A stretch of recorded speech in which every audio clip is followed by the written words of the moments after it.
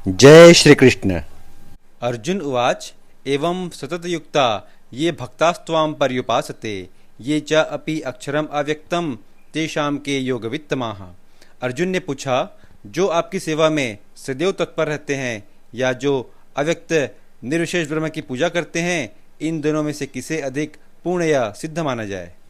अर्जुन कृष्ण से यह पूछना चाह रहे हैं कि भक्तों की दो श्रेणी है।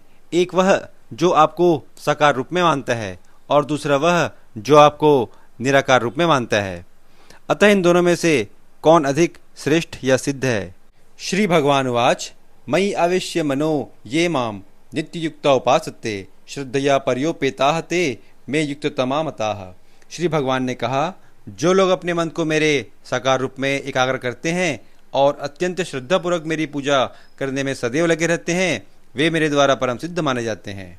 अर्जुन के प्रश्न का उत्तर देते हुए कृष्ण स्पष्ट कहते हैं कि जो व्यक्ति उनके साकार रूप में अपने मन को एकाग्र करता है तथा जो अत्यंत श्रद्धापूर्वक तथा निष्ठापूर्वक उनको पूजता है, उसे योग में परम सिद्ध मानना चाहिए।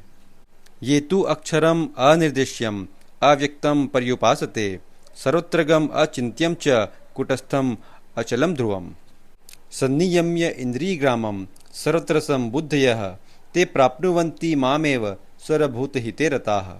लेकिन जो लोग अपनी इंद्रियों को वश में करके तथा सबों के प्रति संभाव रखकर परम सत्य की निराकार कल्पना के अंतर्गत उस अव्यक्त की पूरी तरह से पूजा करते हैं, जो इंद्रियों की अनुभूति के परे है, सर्वव्यापी है, अकल्पनीय है, अपरिवर्तनीय है, अचल तथा ध्रुव है, वे समस्त लोगों के कल्याण में संलग्न रहकर अंततः मुझे प्राप्त करते हैं।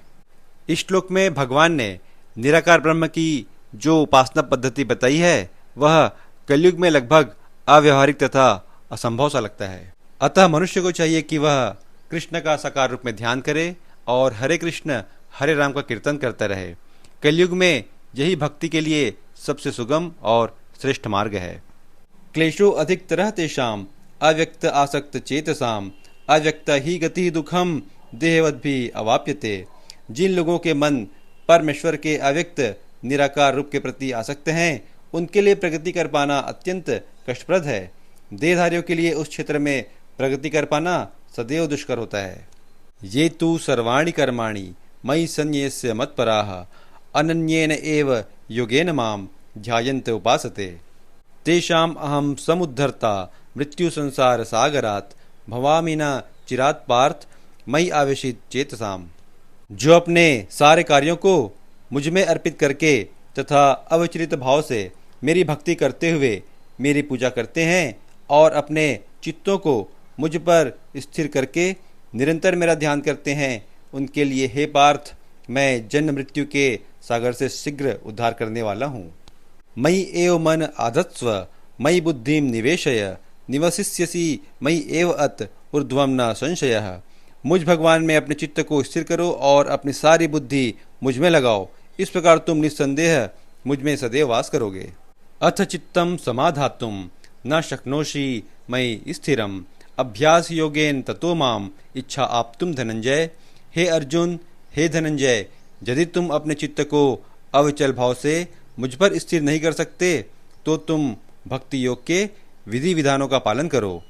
इस प्रकार तुम मुझे प्राप्त करने की चाह उत्पन्न करो।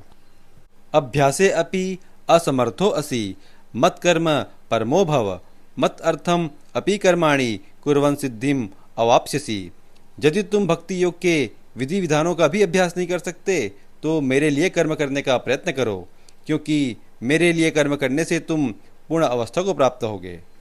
अथ एतत् अपि अशक्तः असि कर्तुं मत योगम आश्रितः सरकर्म फल त्यागम ततः कुरु यतात्मवान।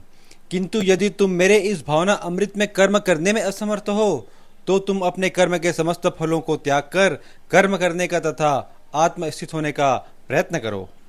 श्रेयो ही ज्ञानम अभ्यासात् ज्ञानात् ध्यानम विशिष्यते ध्यानात् कर्मफल त्यागः त्यागात् शांति अनंतरम। यदि तुम यह अभ्यास नहीं कर सकते तो ज्ञान के अनुशीलन में लग जाओ, लेकिन ज्ञान से श्रेष्ठ ध्यान है और ध्यान से भी श्रेष्ठ है कर्म फलों का परित्याग, क्योंकि ऐसे त्याग से मनुष्य को मन शांति प्राप्त हो सकती है। अद्वेष्टा सर्वभूतानां मैत्रः करुण एव च निर्ममो निरहंकारः सम दुख सुख क्षमी संतुष्टः सततं योगी यत्तात्मा दृढ़ निश्चयः मयि अर्पित मनोबुद्धियोः मद्भक्तः स मे प्रियः।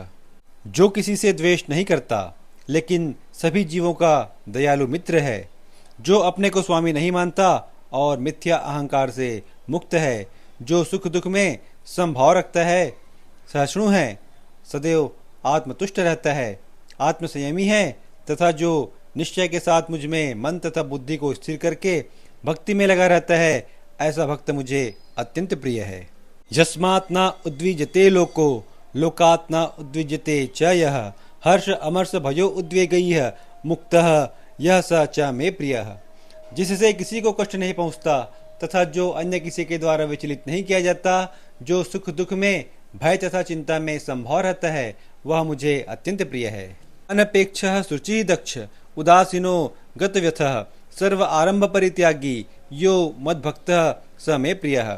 मेरा ऐसा भक्त जो सामान्य कार्यकलापों पर आश्रित नहीं है, जो शुद्ध है, दक्ष है, चिंता रहित है, समस्त कष्टों से रहित है और किसी फल के लिए प्रयत्नशील नहीं रहता, मुझे अतिशय प्रिय है। यो न हृष्यति न द्वेष्टि न शोचति न कांक्षति शुभ अशुभ परित्यागी भक्ति मान्यः स मे प्रियः।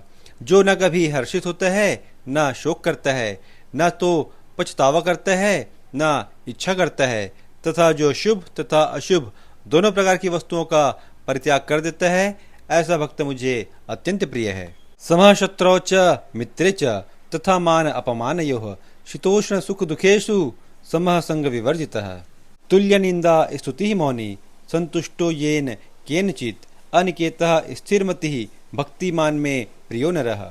जो मित्रों तथा शत्रुओं के लिए समान है, जो मान तथा अपमान, शीत तथा गर्मी, सुख तथा दुख, यश तथा अपयश में संभाव रखता है, जो दूषित संगति से सदैव मुक्त रहता है, जो सदैव मौन और किसी भी वस्तु से संतुष्ट रहता है, जो किसी प्रकार के घर बार की परवाह नहीं करता, जो ज्ञान में दृढ़ है और जो भक्ति में संलग्न है, ऐसा पुरुष मुझे अत्यंत प्रिय है।